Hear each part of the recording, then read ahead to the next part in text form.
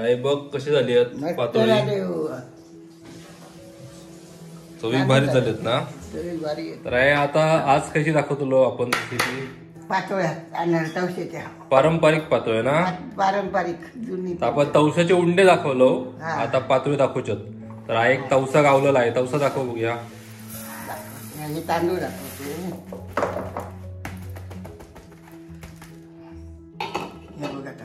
मोठाचा एक तवसा गावलेला पिकलेला ना चांगला. तसाच लागतं ना गे पातोळ्यांका, उंड्यांका आणि अशी मोठी तवशी लागतात ना. तर सहसा गावात आता मिळत नाही, पण आईन उपलब्ध केल्यान काही ना तरी. त्याका किती लागतले तांदूळ आहे? 4 पेढे घातले. ही बघा आईचा पितळेचा ग्लास असा पावशेरचा, हे 4 घेतलं ना. 4 घेतले. आणि धुतलेलं काय काय ते धुले तांदूळ कशा धुवून नंतर रवळी धुले, त्याला रवळी म्हणतात ना. रवळे धुले. आणि आता काय करायची? भरड करून घ्यायची. हे बघा केलं काय भरड? तो भरड गेला ना. आणि असं थोडं करते रव्यासारखं बारीक. आधी आई जात्यावर करायची, पण आता मिक्सरच करता. आणि आणि काय लागतं हे आता हे तवसा गुळ आणि नारळ ना. गुळ आणि नारळ, नारळ खूप गुळ ना.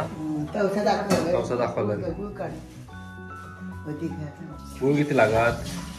गुळ आहे किती घेतला? पाव किलो घेतला ना. गुळ आणि 1 नारळ. नारळ त्याचा चून करायचा. काय वाटत नाही. बघूया काय तवसा होता किसून घेतला ना.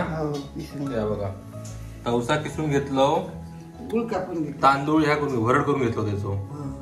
आणि 1 नारळ ना आणि पाव किलो गुळ.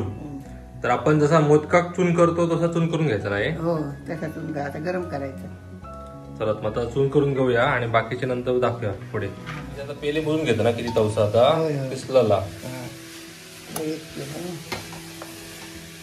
जेवढे पेले तवशाचं किस तेवढे तांदळाचं भरड येतो.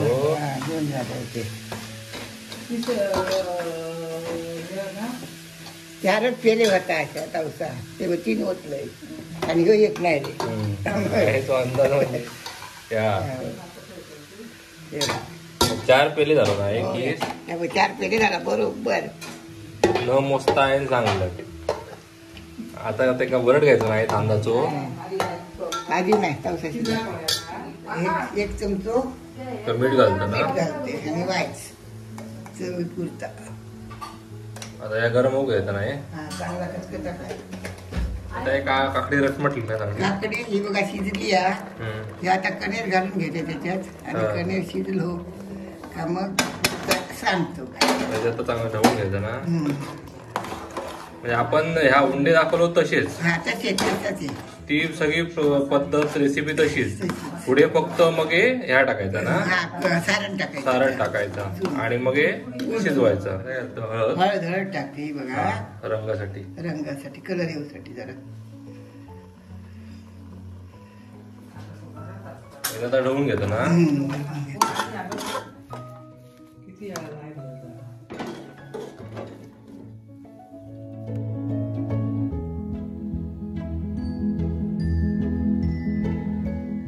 ही पानं सगळी ना स्वच्छ धुवून घेतली. आता हे कसं आलंय माहिती आहे, पावसाचं पाणी राहिलं ना वरती त्याच्यावरती पडलं आणि ऊन, त्याच्यामुळे ह्या हळदीची पानं त्याचा कलर थोडासा बदललाय. ही सुकताना शेवटी अशी होतात जेव्हा म्हणजे चांगली असतात ना हिरवी, त्यावेळेला म्हणजे दिवाळीच्या वेळेला वगैरे अशी पानं असतात. ही बघा अशी असतात पानं. आता काय पाऊस वर पडला ना, सुकायला आला त्याचा पाऊस पडला आणि त्याच्यामुळे हे असं दिसतंय. आता काय करायचं आपण, मोठी पानं नाहीत, छोटी छोटी पानं दिसत आहेत तुम्हाला ही. तर आता जसं आपण उंड्याला करतो ना तसंच करायचंय. थापून घ्यायचं हे. तर हे बघा छोटासा गोळा घ्यायचा, ह्याला पाणी लावायचं पाण्याला ह्या, असं लांबट थापायचं, असं लांबट. काकडीचा सुंदर सुवास येतोय आणि आतमध्ये बघा तुम्ही ह्या पिठामध्ये बघा काकडीचे चांगले असे आपण किसलं ना ते किस दिसतोय असं, त्याचे छोटे छोटे तंतू दिसत आहेत त्याचे काकडीचे. त्याचा एक चांगला ह्या त्या उंड्यांमध्ये जर आपण खोबरं घालून केलं ना ते एक सुंदरच चव येते.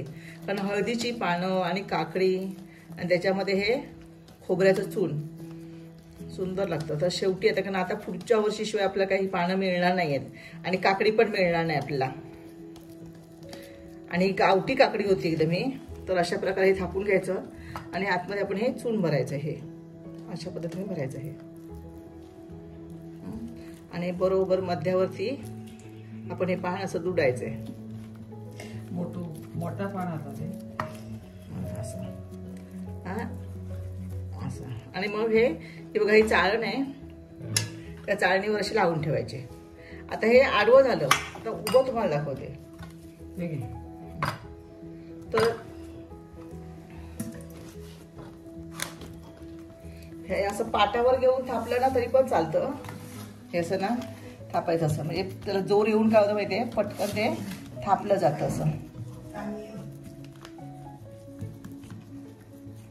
एकदम असं पातळ थापायचं.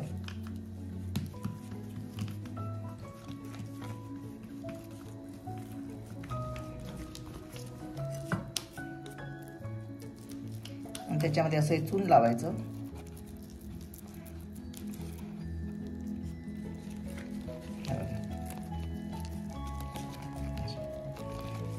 जसे आपण मोदक उघडतो ना त्याच पद्धतीने आपण हे 15-20 मिनिटे बघा असं लावून ठेवायचं. तथा अशा प्रकारे या बाकीचे आम्ही उंडे करून घेतो. या पातोळ्या आहेत त्या काकडीच्या पातोळ्या करून घेतो. नंतर तुम्हाला उकडत ठेवते दाखवतो. हे बघा मोदकाप्रमाणे ना असं ही आपण पातोळ्या केल्या आहेत ना, या बघा ह्या अशा मी चाळणीत लावून ठेवल्या आहेत. आता ही चाळण आहे, मी टोपात पाणी गरम करत ठेवतो त्याच्यावर ठेवते आणि याच्यावरती हे ताट आहे ना याचं बंद करून ठेवते. आता हे असं 20 मिनिटं वाफवणार. जसं आपण मोदक कसं 20 मिनिटं वाफवतो तसंच 20 मिनिटं वाफवायचं आहे. आता याच्यावरती वजन म्हणून ह्या दगड ठेवले म्हणजे वाफ बाहेर जाणार नाही. तसा 20 मिनिटं आपण हे वाफवूया. नंतर तुम्हाला शिजल्यावर दाखवतो. 20 मिनिटं उकडलेत नाही. हे बघा 20 मिनिटं उकडून झाले. हे बघा वा, साग तर भारीच झाली आहेत. चाय बांगडा खायची ना ताई, अशीच खायची. तर गोड आहे तर आपण पुरण घातलं आतमध्ये ना, सारण घातलंय ना नारळाचं नाही. हे बघा हळदीच्या पानाचा छान त्याला चांगला सुवास येतो त्याच्या हळदीच्या पानाचा. तर अशा बघा चांगले उकडले 20. आपण जसं मोदक उकडतो ना त्या पद्धतीने उडे बघा.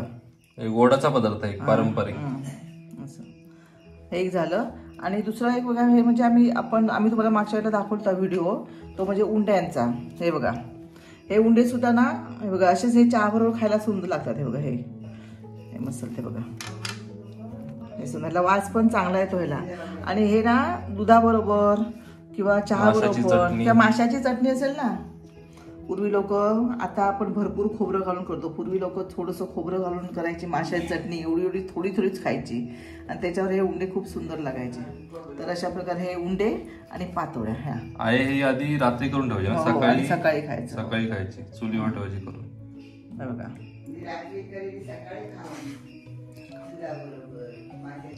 तर हे बघा एक पारंपरिक पदार्थ तवशाचे पातोळे.